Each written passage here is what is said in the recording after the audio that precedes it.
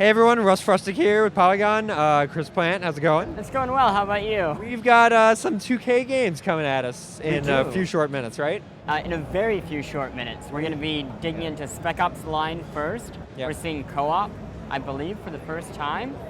Maybe? First time for us? I believe it is. For us it is. For us it is, yeah. After that we've got Borderlands 2, Yep. just some more co-op gameplay. Very excited about Borderlands. And then we're tying a bow on it with XCOM. XCOM, which Turn-based, fighting aliens. It is like fantastic. One of my like happy inner child me moments was being on the show floor and seeing XCOM and like big shining lights. It was like I never thought that would happen. It's happened. They actually brought it back. So we are going to check out the games. Hope you enjoy what we see.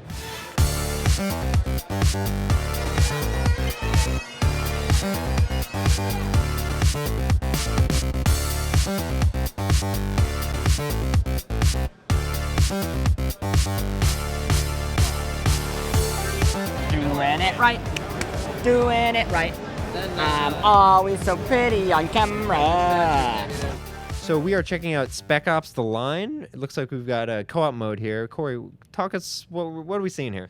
So we're actually looking at something that's brand new. We're just revealing it this week at E3, which I'm really excited about. It's some bonus content that we're releasing for everyone who purchases Spec Ops The Line shortly after release.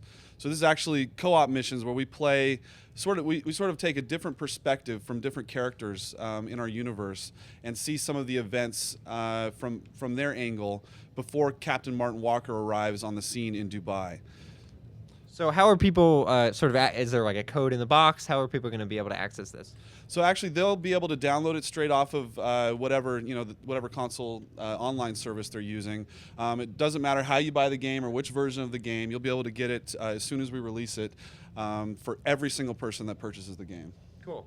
And is this going to be the only co-op in the game, or are there co-ops separate from these modes? So this is actually, we focused throughout development on our single player experience. That was something that was really important to us. We really wanted to make sure that hit home with players, and that when we touch on these universal themes of the soul of man and the heart of darkness that we're exploring in the single player and in our narrative in general, we wanted to make sure that we didn't treat that lightly. And so that was a single player focus for us throughout development. But we also knew that co-op, it's a lot of fun. People really enjoy it.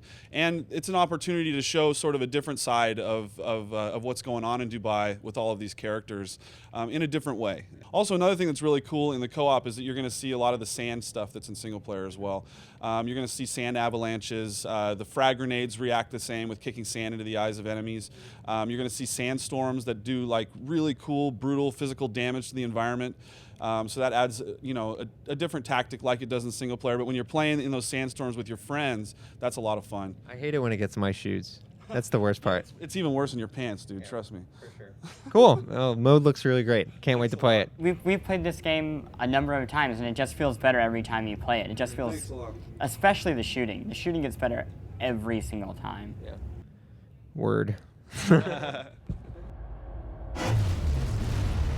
Just checked out Spec Ops The Line co-op. What'd you think? It felt good. Yeah. It felt really good. I didn't get to play it. You liked it? Yeah, I was actually playing it. The AI seemed to be responding, going to each of us, trying to actually get around us and flank.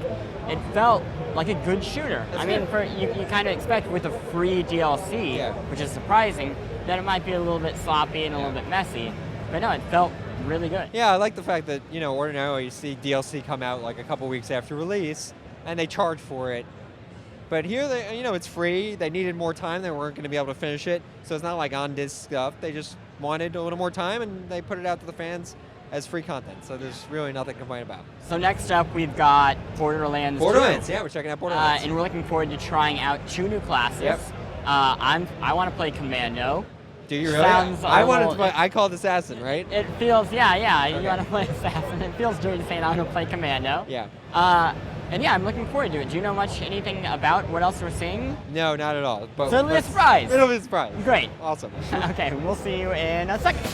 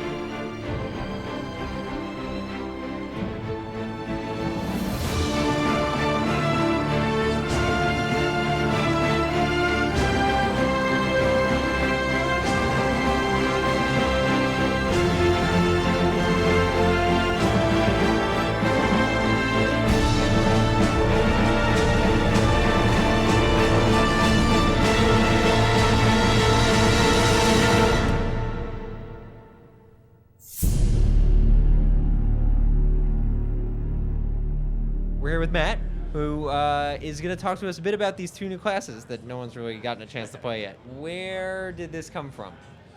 Well, we knew we wanted, brand new classes in Borderlands 2, and the assassin was just the result of one of the brainstorming sessions we had initially, and he's a great character. We knew we wanted something mysterious, and what's more mysterious than an assassin with no name?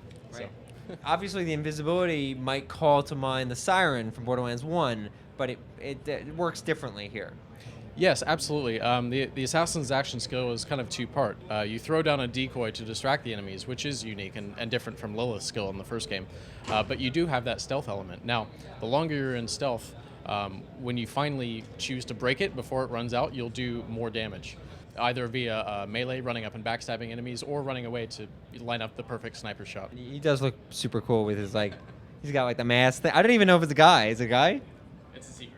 A secret. A robot. I think a robot. Mystery. It's a secret. Did you forget that? Did I say I wanted mystery? I don't even remember. I played as the Commando class, and it reminded me a lot of the Soldier class from the last game. We have the turret, so I'm curious what kind of separates it from the original Soldier class from Borderlands 1. Well, I don't know what spec you played the soldier in the first game, but I played a healing spec. Axton, our new commando, doesn't have that. We've actually kind of swapped around all of the rules here. In fact, changed them in some ways. Some characters have given skills to others, or given roles rather, and some characters have had roles taken from them. So the commando is all about the turret. The turret, I don't know if you had the chance to actually deploy the thing, but it's huge. It looks fantastic. Yeah, it looks great. And you can either upgrade it to be more defensive or more offensive, or just really be a tank. It kind of depends on how you want to use the turret, and how you want your own character to be buffed when the turret is deployed. I was wondering, are the alien guns still worthless in Borderlands 2? The alien guns are awesome in Borderlands 2. If you didn't get the chance to play with one today, oh my gosh, are you going to be so happy. Why were they even in Borderlands 1? They were terrible. They were awesome. They added that flavor. If we didn't have him in Borderlands 1, we wouldn't have been able to have him in Borderlands 2. That's true. So it worked out. That's great logic. Yeah. So yeah, we just saw Borderlands 2. Oh my gosh! I played as Commando. And I was the assassin, as predicted. As predicted. Yeah, the assassin felt like Lilith, because you can go from the first game, because you can go invisible. But there was this whole mechanism where you'd deal more damage if you were waited a while being invisible. It felt more thiefy, or like a rogue character. Yeah. What really reminded me about Borderlands 2 what reminded me of Borderlands 1 while playing Borderlands 2 was how bad you were at it. How basically I was doing all the work, and you were running around taking all the great weapons, and then dying, and then I was reviving you. That's Luckily, how you play the You game. can now revive yourself by shooting people, killing someone to pull yourself back up. Yeah, I know that. Which, But I was saving bullets. Oh, is that what Yeah, that but was? when I got back up, you it was revived a me. blast. It was a lot of fun. I think it'll be I did really really fun good. when it comes out and I don't play with Russ this fall. Oh. I'll play. We're about to see XCOM Enemy Unknown, which I am personally super excited about. I played it already, but I'm not going to spoil it for you. Great. Great. So I'm going to go play this game. Russ is going to spoil everything for me throughout all of E3. It's turn-based. It's going to be a blast. It's turn-based. We will see you after XCOM. Yep. Great.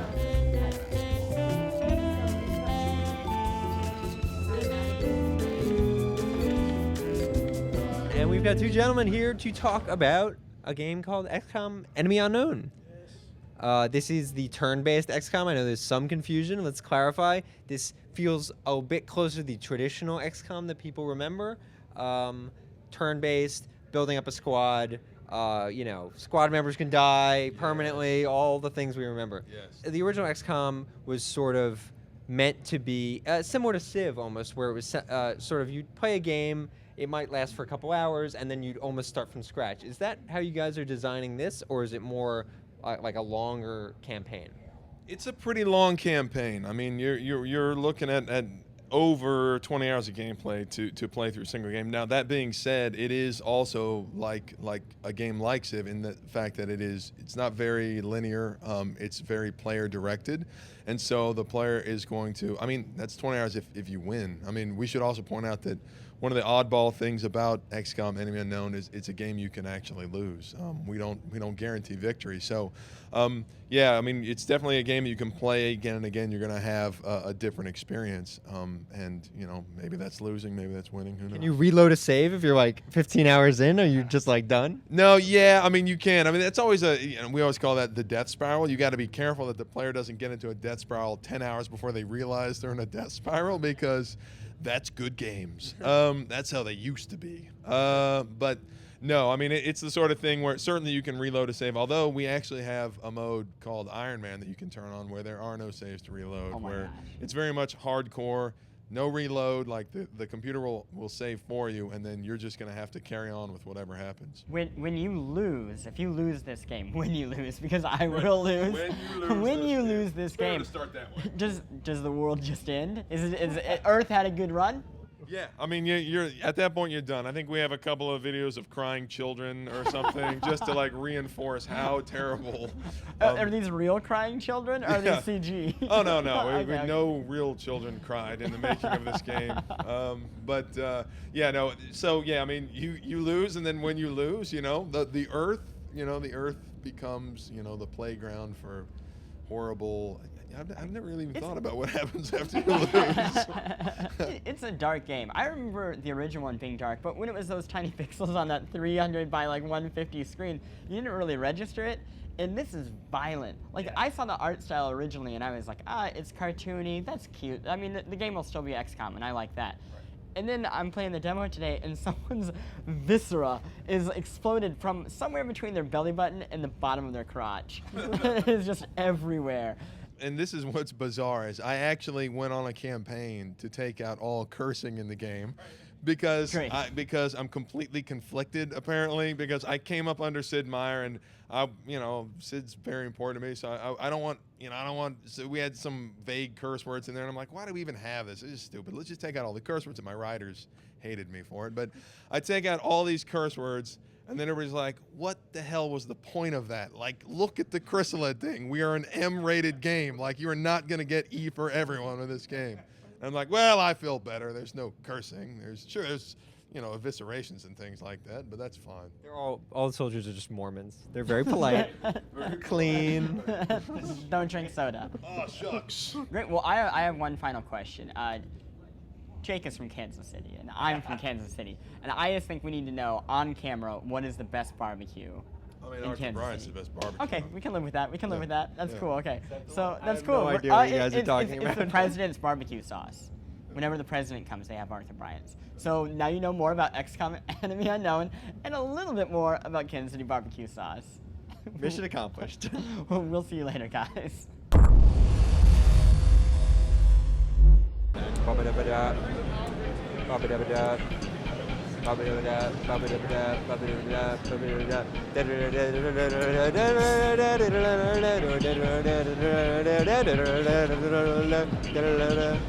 Guys, is that song called Sandstorm or Sandstorm in the Desert? Sandstorm. Boom. It's not called Sandstorm in the Desert. That's obvious. Where else is there No, a sandstorms sometimes blow into town. Idiot.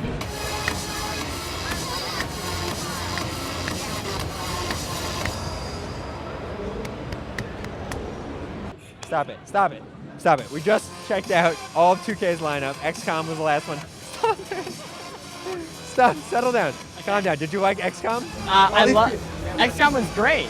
You like I am energized I really right like now. it. I like have it. energy about me. I thought it was really easy to use, like the controller. It was which I surprisingly easy. It was very violent. Yeah. And it was really powerful. All the weapons just destroyed Yeah. everything. Yeah. Which I was not ready for. I was expecting like buildings to not succumb to the power of a rocket launcher like they do in most video games. Did you save Kansas City? I saved Kansas City, you guys. So everyone watching from home, Mom, Dad, you're alive. You get to live another day because of me, your son. You're an honor to us all. An honor to everyone in Kansas City, United States. They should be very proud. So I think we're done at 2K. That's done. it. We are done at 2K. We're rolling. We are will rolling see you on. guys in a little bit.